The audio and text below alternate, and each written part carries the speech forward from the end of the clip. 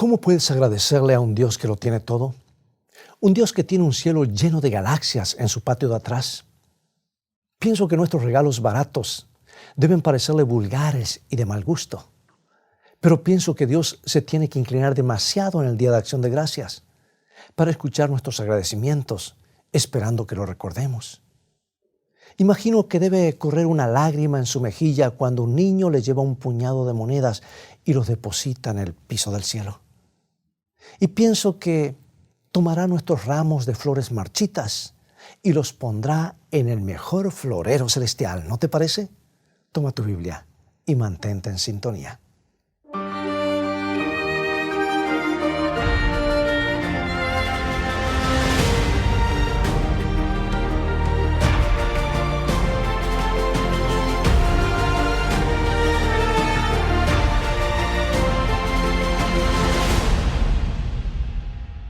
Era el año 1620. Europa estaba en problemas. Durante siglos la libertad de culto había sido atacada cruelmente por fuerzas tiránicas.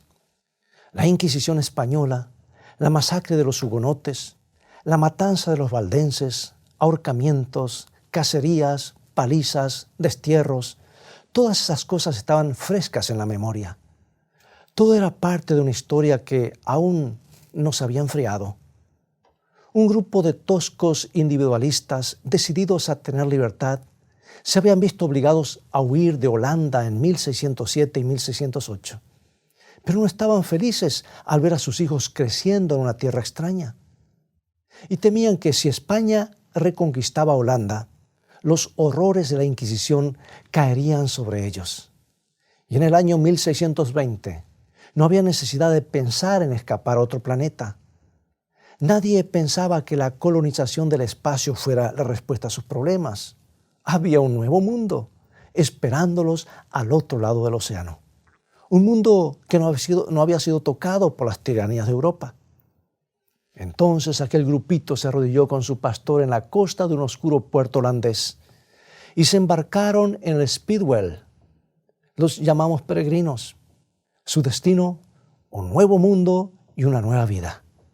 Se las habían arreglado para comprar un barco de 60 toneladas, pero estaba todo agujereado y tuvieron que abandonarlo en Inglaterra.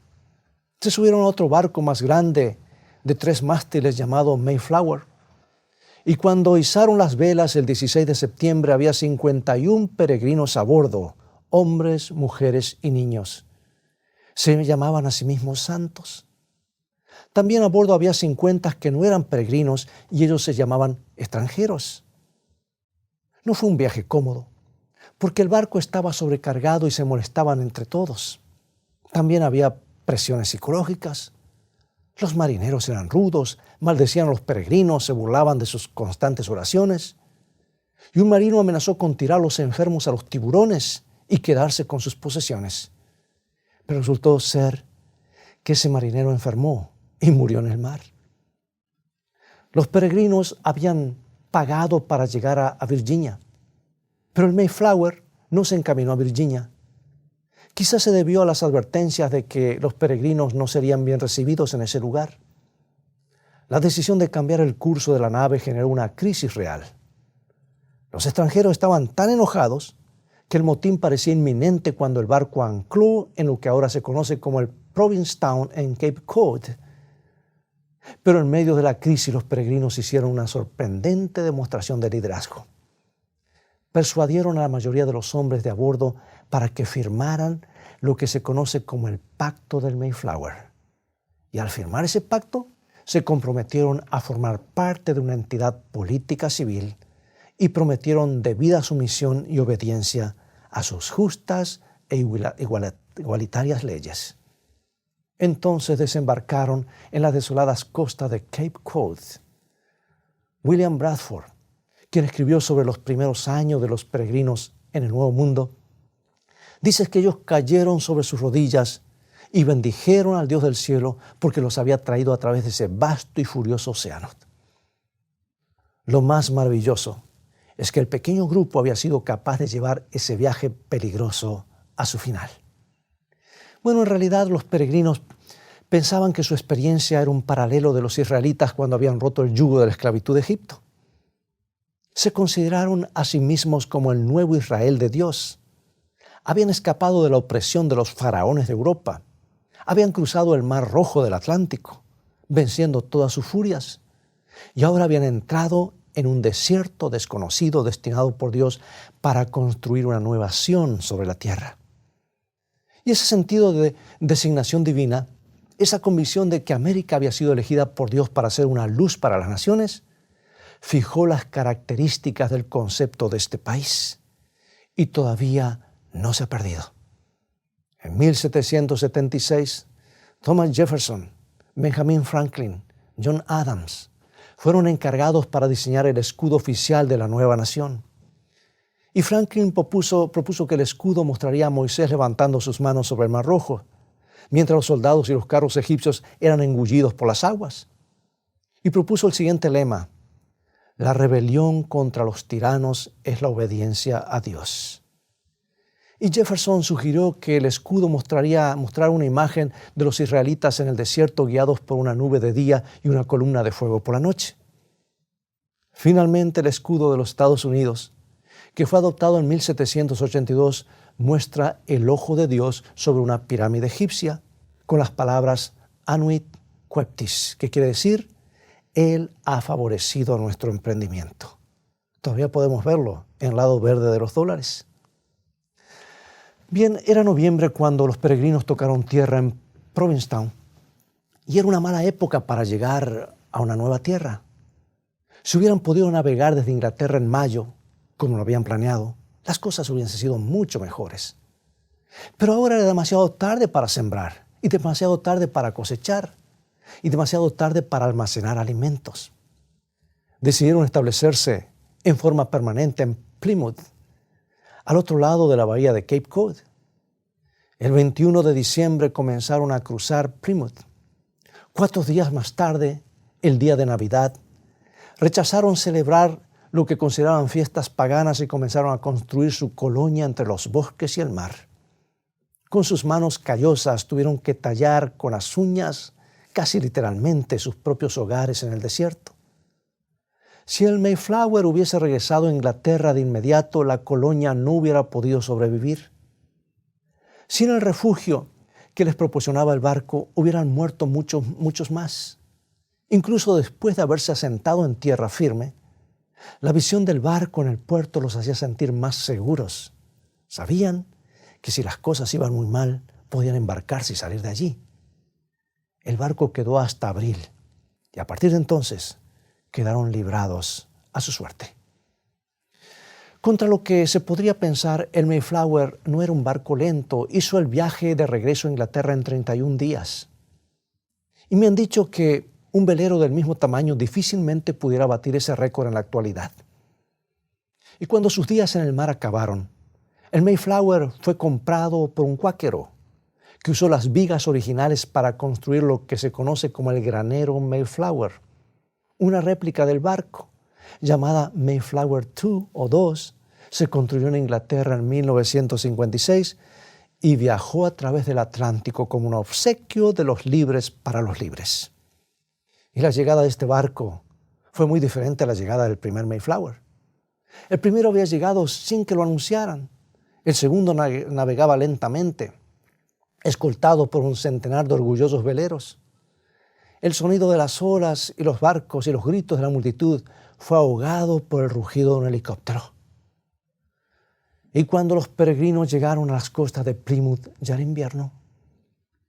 Y sería un invierno muy crudo. Casi la mitad de los peregrinos murieron.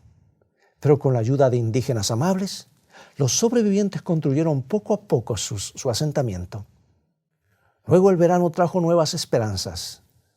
Y la cosecha de maíz generó tanto regocijo que el gobernador William Bradford decretó 3 días de fiesta. Las mujeres pasaron varios días preparándose para la celebración y los niños ayudaron haciendo girar las carnes para asarlas al espiedo. Los indios trajeron pavos o guajolotes salvajes y venados y los hombres de la colonia aportaron gansos, patos y pescado. Las mujeres sirvieron la carne y el pescado con pan de maíz, con nueces y crema fresca. Todos comieron a la intemperie en grandes mesas. No sabemos si las calabazas estuvieron incluidas en el menú de alguna forma, pero 2 años más tarde se comía tanta calabaza que las estrofas de una balada de la época decía así: en vez de guisos y budines y tartas y pasteles, nuestras calabazas y chirivías son las provisiones acostumbradas. Calabazas de mañana y calabazas al atardecer. Si no fuera por las calabazas, pronto íbamos a desaparecer. Bien, eso es todo lo que sabemos acerca del primer día de Acción de Gracias. Pero me pregunto si nosotros hemos vuelto a estar tan agradecidos como estos primeros peregrinos que llegaron a América. Ya no vivimos en un desierto.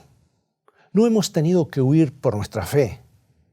Y no nos hemos vuelto complacientes en nuestra fe. Hemos arado nuestra tierra, construimos rascacielos sobre ella, la contaminamos, la sembramos, la asfaltamos, la cubrimos con acero, cromo y neón. Nuestras cintas de concreto se extienden de costa a costa, de norte a sur, en una red de tránsito que está siempre en aumento.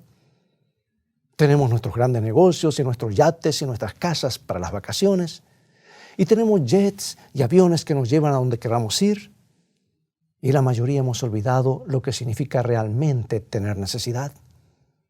Nuestra opulencia se interpone con la reflexión sobria. El apóstol Pablo planteó la pregunta directamente cuando dijo lo que aparece en 1 Corintios capítulo 4, versículo 7. Porque, ¿quién te distingue? ¿O qué tienes que no hayas recibido? Y si lo recibiste, ¿por qué te glorías como si no lo hubieras recibido? Cometemos el error de pensar que todo nos pertenece. Olvidamos que solo somos los cuidadores, que Dios es el verdadero dueño de todo lo que tenemos. Es lo que dice Salmo 50, 10 al 14. Porque mía es toda bestia del bosque y los millares de animales en los collados, y todo lo que se mueve en los campos me pertenece. Si yo tuviese hambre, no te lo diría a ti, porque mío es todo el mundo y su plenitud. Sacrifica a Dios alabanza y paga tus votos al Altísimo. Un sacrificio de acción de gracias. Un simple agradecimiento desde el corazón. Pero es tan fácil de olvidar. Nos olvidamos con tanta facilidad de lo mucho que le debemos a Dios. El Dios que nos puso en este planeta, en esta tierra de comodidad y nos dio todo lo que tenemos. Y eso no es todo. Cuando nos metimos en problemas y fuimos sentenciados a muerte, permitió que su propio Hijo descendiera aquí y muriera en nuestro lugar. Entonces puede ser en un momento como en el Día de Acción de Gracias que tomamos conciencia y queremos hacer algo al respecto. Pero pregunto, ¿qué puedes darle a Dios si ya lo tiene todo? Hay una tienda en Texas que anuncia sus artículos inusuales para la persona que lo tiene todo. Y anuncia así jets, yates, el arca de Noé, una expedición arqueológica, etc. Ahora, ¿cómo podemos mostrarle nuestro agradecimiento a Dios? Aunque pudiéramos regalarle un nuevo sol con su sistema planetario completo, ¿qué sería para quien puede llamar los mundos a la existencia por docenas cuando le plazca? Aunque pudiéramos regalarle una galaxia, él ya tiene billones. Debe haber una manera mejor. Simón de Betania era uno de los pocos fariseos que se había relacionado abiertamente con Jesús. Creía que era un gran maestro. Tenía la esperanza de que se convirtiera en el Mesías, pero no lo había aceptado como su Salvador. Jesús había sanado a Simón de la lepra y Simón quería mostrarle su gratitud. Por eso dispuso un banquete en su honor. Fue toda una ocasión. Bueno, allí estaba Lázaro, que había sido resucitado después de estar muerto por 4 días. Faltaban solo 6 días para la Pascua. Multitud de viajeros estaban en camino a Jerusalén y muchos se detenían en Betania. Algunos querían ver a Jesús, otros querían ver a Lázaro. El entusiasmo estaba creciendo entre el pueblo. ¿Lázaro acompañaría a Jesús hasta Jerusalén? ¿Jesús sería coronado rey en la Pascua? Pero ante sus enemigos las cosas eran diferentes. Jesús había levantado a un hombre de entre los muertos y no se podía negar. No tenían forma de detenerlo. Estaban perdiendo popularidad con la gente. Debían hacer algo. Habían decidido que Jesús debía morir y también Lázaro. Ellos no creían en la resurrección. Imagínate entonces el banquete en la casa de Simón. Jesús está a la mesa con Simón de un lado y Lázaro del otro. Marta es quien los sirve, pero María escucha embelesada cada palabra que sale de los labios de Jesús. ¿Cómo podría agradecerle todo lo que había recibido? La había perdonado de sus pecados, y sus pecados habían sido muchos. La había levantado de su desesperación 7 veces y la había puesto en el camino correcto nuevamente. Y ahora había resucitado a su querido hermano. ¿Cómo podía agradecerle por todo eso? Había escuchado a Jesús cuando decía que su muerte se acercaba y se había entristecido profundamente.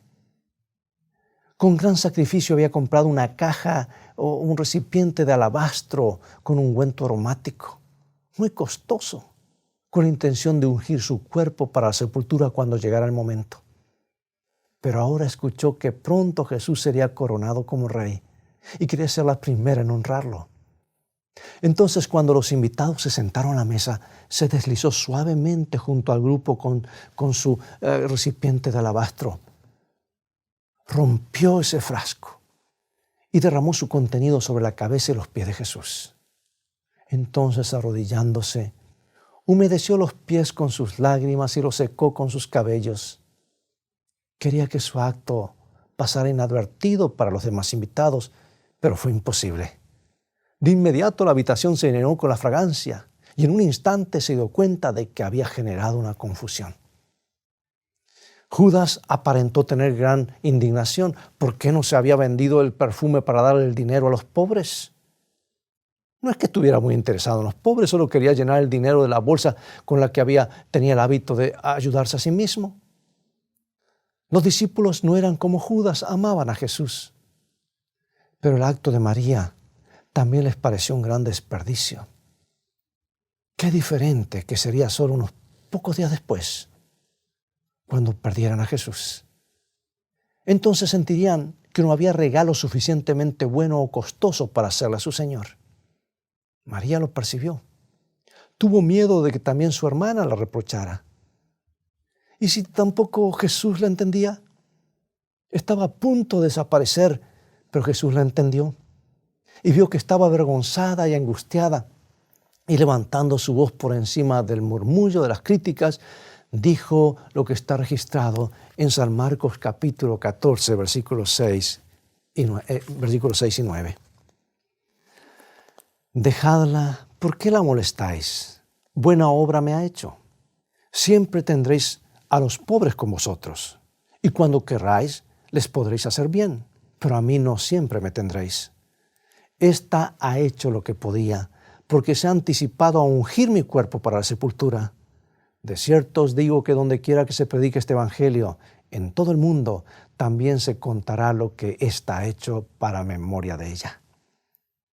¿Sabes? María no esperó para derramar su perfume sobre el cuerpo muerto de Jesús, cuando la fragancia solo hubiera servido para perfumar la tumba. En vez de ello, le prodigó su regalo al Jesús vivo. Y cuando tuvo que atravesar la noche de su gran prueba, Jesús llevó consigo el recuerdo de aquel fragante regalo. ¿Sabes algo? No puedo recordar el relato de que alguien haya hecho un regalo a Jesús, exceptuando el de María y los regalos de los 3 sabios cuando era un bebé y no tenía noción de los mismos. ¿No crees que a menudo debe de haberse sentido triste, dando tanto de sí a los demás constantemente, pero recibiendo tan pocas demostraciones de gratitud de quienes amaba tanto? El regalo de María puede haber sido extravagante. ¿Por qué un frasco entero cuando hubiera alcanzado con un poquito? María no lo entendía. El Espíritu Santo la estaba guiando. Su regalo era como el sacrificio que Jesús estaba a punto de hacer. El regalo de Jesús, su muerte en el Calvario, sería el regalo más extravagante de todas las épocas. Yo diría unas cataratas de amor virtiendo sobre la humanidad. Sería suficiente para alcanzar a todas las almas de la tierra. No estaría limitado solamente a los que habrían de aceptar. Nadie podrá decir jamás que Dios hubiera podido hacer más. Hubo suficiente y de sobra. Por eso me pregunto, ¿cómo te lo has preguntado tú también? Y lo han hecho millones de personas. ¿Cómo puedo hacer para agradecerle? Algunos han ido a los confines de la tierra por amor a Él. Muchos prefirieron convertirse en mártires antes que traicionarlo. Hombres y mujeres que fueron perdonados han ideado 1000 maneras de expresar su profundo agradecimiento. El Día de los Mártires no está en el pasado. Su valor es igualado por muchos héroes anónimos de nuestra generación. En millares de corazones el Señor reconoce hoy un amor y una dedicación como la de María, porque incontables hombres y mujeres, jóvenes y niños, están entregándolo todo a su Señor, todo lo que son, todo lo que tienen, en el altar del sacrificio.